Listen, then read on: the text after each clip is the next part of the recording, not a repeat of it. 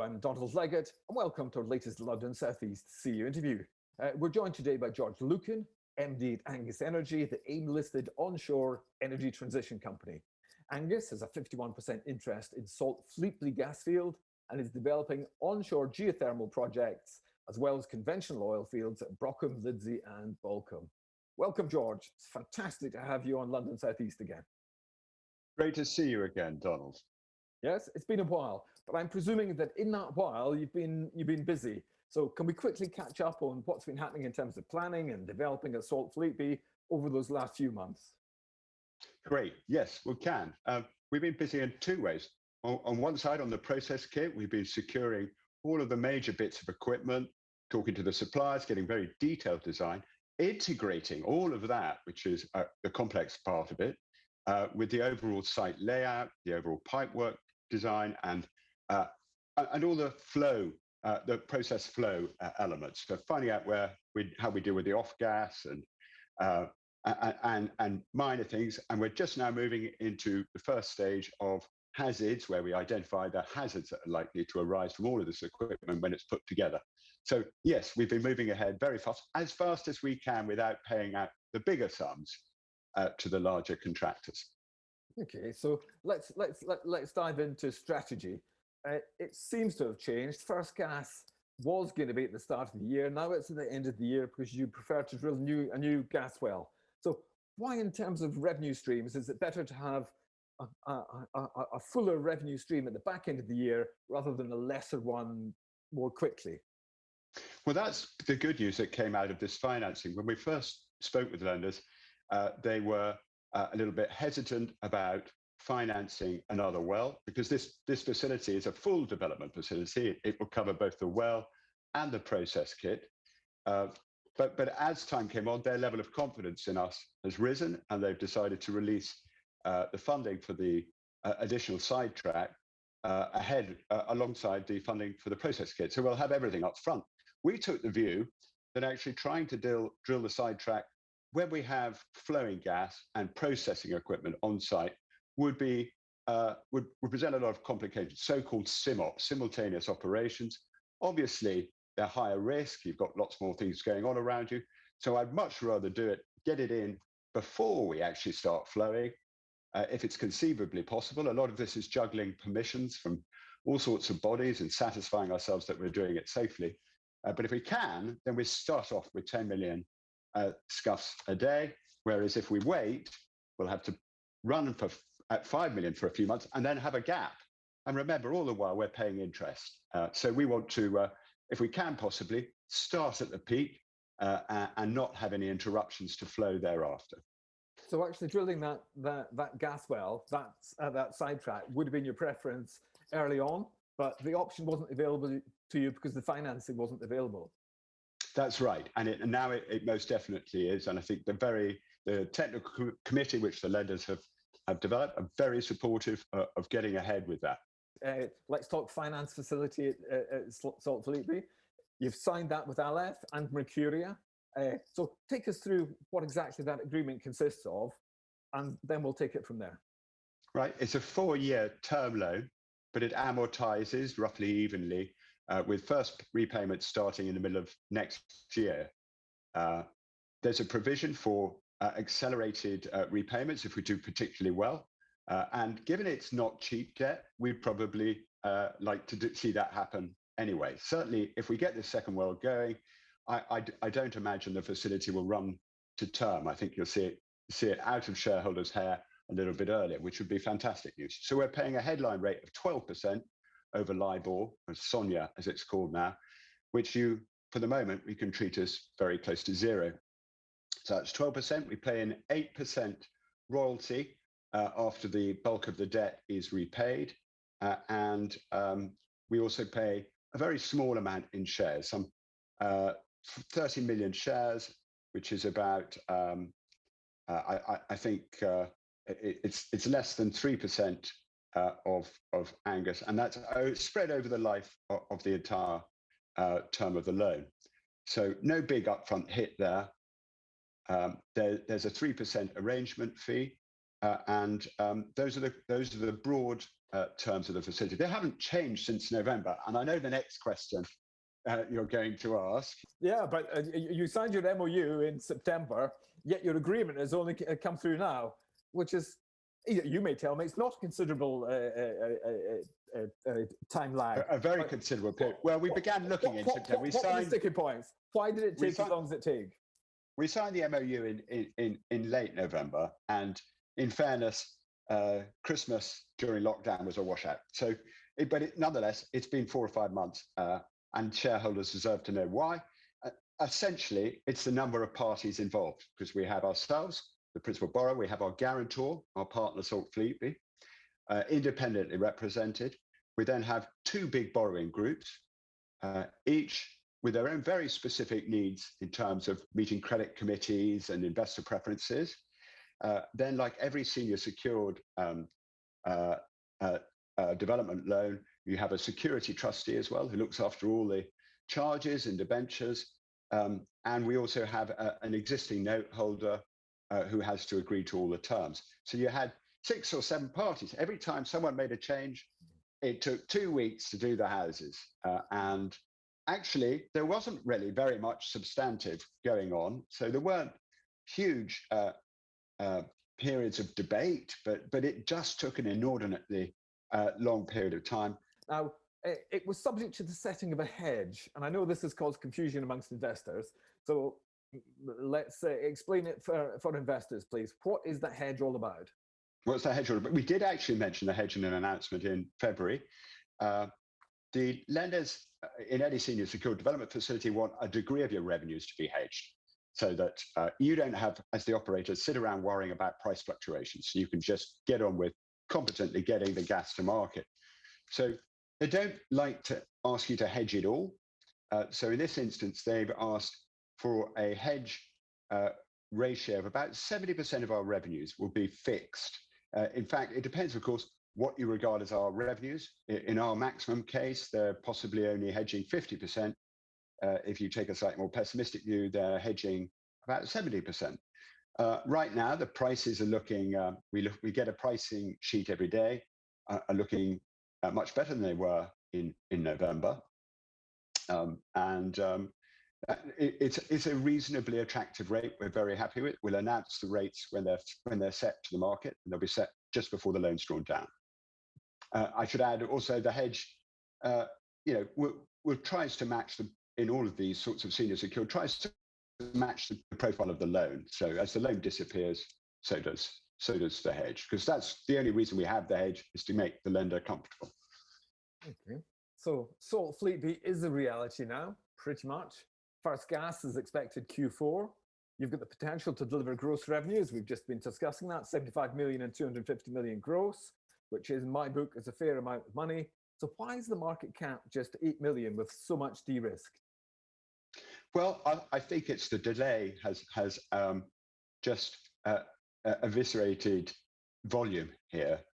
Plus, we're at this extraordinary last 6 months, and you would have seen this a lot, where you've got SPACs and tech companies which have been losing money for years and are suddenly valued at billions. So there's a lot of excitement for retail out there. And here we were stuck negotiating a facility. So we've seen a lot of interest and attention go away from us, and people had no clarity or visibility as to whether or not we'd get this facility. So I think there's 2 things. I was slightly disappointed by the muted response, and that was when I began to realize, how much we've got to get out there and start with you and start telling the story again. Here we are valued at 8. You would expect a bounce back, to be honest. You'd expect a 15% rise in the share price or 20% rise in the share price, and then people sell a few shares and it comes back down again. That would be standard behavior, but it hasn't operated like that, has it? Which is quite unusual. No, it hasn't, and essentially very low volumes, and that's what we've got to change. And as I say, I think there's a smorgasbord of opportunity for retail out there with Bitcoins and all sorts of things competing for attention. And I hope that value plays, and I think this is a value play, not a risk play now, where you're buying it as something at 8 and you can close your eyes and say, I genuinely believe I've got at least 16, at least twice the value there. and then some. And that's before we look at the other things that we're doing and hope to do. So this is the message I've got to get across. Okay, so let's talk geothermal. We don't hear so much about geothermal. We hear more about hydrogen. We certainly hear about gas as a green transition energy. So what are the proposed geothermal projects? Where are they located? And why are you getting into geothermal as a first mover? Why do you think that's the way to go? Well, I think transition is essential for a start. That's clear. If we're to continue being an energy company, we have to show all of our stakeholders that we're meaningfully engaged in transition. And we want to, because actually it's the future. It's where we're going to be supplying energy to the UK in 20 years' time. We just won't be doing it through regular hydrocarbons. We all know how long lead these sorts of projects are. The sooner you're in there, right at the bottom, the better. So I've no hesitation in believing it's absolutely the right strategic course for this company. And our focus with geothermal is different from some others. It's straight into so-called flash generation, going straight for the hottest possible rocks in the UK with an aim to going basically water to wire, you might call it, as opposed to gas to wire.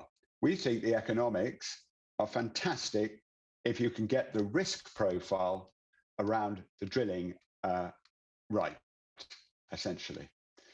So if I break that down for a second, you've got two essential stages in funding a geothermal project. You've got the drilling down there and getting the connectivity between the circulation of injectors and your producers. You've got to get that right. That's the very high risk thing, because you don't really know what it's like 5 kilometers down. The second part of the project is building a lot of power infrastructure on the surface. Now, if you get the first bit right, you can fund the second bit with debt, I'm pretty sure, because if you can show people, in effect, you've access, if you like, to a CPR reserve, which is almost infinite. If you get the actual drilling right, the volume of energy down there is almost infinite. Then building on top of that, building out the development side, that's very easy. It's very low risk. How much would you be talking about for a pilot project? Well, I think 5 megawatt is a pilot single well or dual well system, and what we're looking at on a single site is up to 20 in our particular designs. Now, these wells aren't cheap. They're more expensive than an oil and gas well, because you're a heck of a lot deeper, and you're dealing with generally harder rock. So I think there's four in particular ways which we've tried to de-risk this first side of it, the subsurface side. One is we're using very different drilling techniques to those that are customary, even in the oil and gas industry. So that's, I won't call it entirely proprietary, but some of the stuff we're building here is proprietary. We will be building out intellectual property around it, because this is one of the few things that benefits the pioneer or the first movers. The second is we're getting much better data on the underlying strata that we're going to be in, and that's not easy to do. And it's been done to some extent by the BGS and various other institutions, but we're talking quite advanced technology to determine what's down there.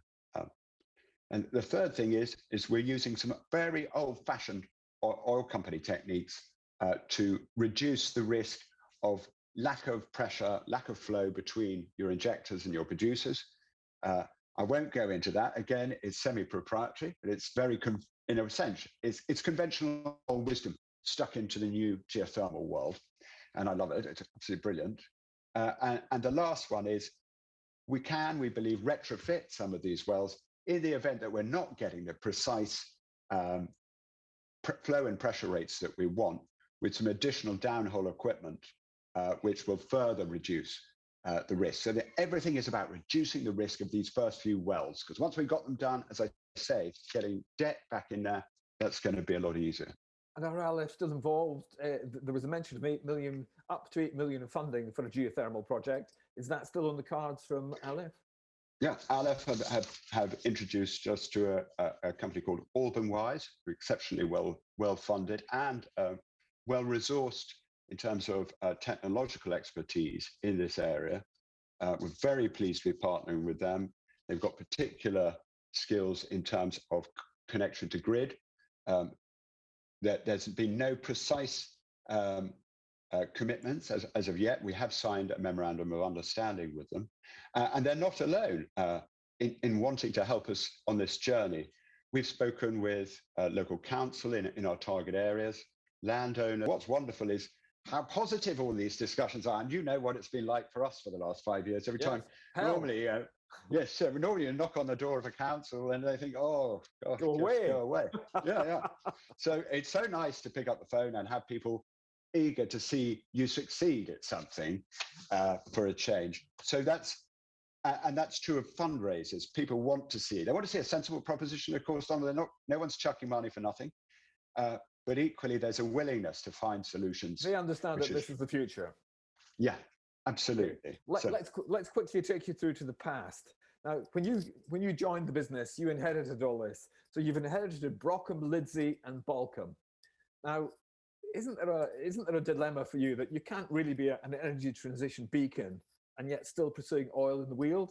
I mean, those two things don't really go hand in hand. So why don't you just to say goodbye to Brockham, Lidsey, Balcombe?